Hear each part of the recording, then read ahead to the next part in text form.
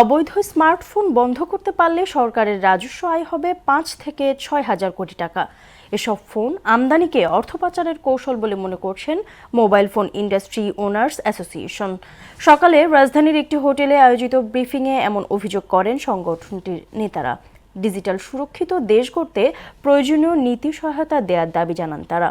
মনিরুল ইসলামের প্রতিবেদন।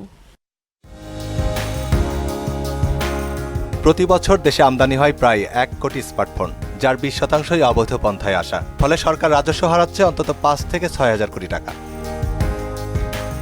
এ নিয়ে সংবাদ সম্মেলনের আয়োজন করে স্মার্টফোন নির্মাতার প্রতিষ্ঠানগুলোর সংগঠন MIOA, যার বিষয়বস্তু NEIR এর মাধ্যমে শুরু হোক নিরাপদ বাংলাদেশের পথ চলা। এতে ন্যাশনাল ইকুইপমেন্ট আইডেন্টিটি রেজিস্ট্রেশনের সুফল নিয়ে কথা বলেন MIOA এর নির্বাহী সদস্য জিয়াউদ্দিন জিয়া। বাংলাদেশের টোটাল যদি ১০ মিলিয়ন হয় তাহলে এর স্মার্টফোনের মার্কেট 20%-এর মতো আসলে ইল্লিগেল।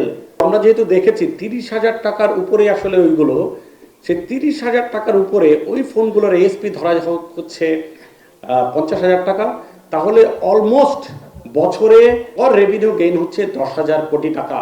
তিনি বলেন, NEIR বাস্তবায়ন করতে পারলেই ১৬,০০০ কোটি টাকা রাজস্ব আদায় সম্ভব। আর সহায়ক নীতিমালা থাকলে ৪ বছরের মধ্যে মুঠোফোন রপ্তানি করা যাবে। পলিসি যদি সাপোর্ট থাকে, এই ইন্ডাস্ট্রি থেকে 2030-32 সাল নাগাদ ৫ থেকে ৬ হাজার কোটি টাকা এক্সপোর্ট করে ভ্যালু এডিশন করা সম্ভব। স্মার্টফোনের বৈধ আমদানিকারক ও উৎপাদনকারীরা বৈষম্যের শিকার বলে অভিযোগ করেন মোবাইল ফোন ইন্ডাস্ট্রি অনার্স অ্যাসোসিয়েশনের সভাপতি জাকারিয়া শহীদ। এই যে অবৈধ জিনিসটাকে করতে না দেওয়াটা কি বৈষম্য, নাকি আমরা বৈষম্যের শিকার হচ্ছি যারা বৈধভাবে বিজনেস করছি? তো বৈষম্যের শিকার তো আমরা হচ্ছি। অবৈধ আমদানিতে ৪ ভাবে আইন লঙ্ঘন করা হচ্ছে উল্লেখ করে জাকারিয়া শহীদ বলেন, এর মাধ্যমে বিপুল অর্থ পাচার করা হচ্ছে। ট্যাক্স, ইনকাম ট্যাক্স বা কাস্টমস ডিউটি এই আইনের সুস্পষ্ট লঙ্ঘন। এবং এই ট্যাক্স ফাঁকিটা যাচ্ছে কোথায়?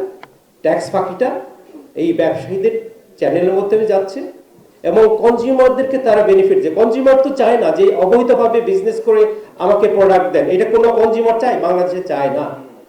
NEIR বাস্তবায়নে সরকারের দ্রুত পদক্ষেপ চায় সংগঠনটি।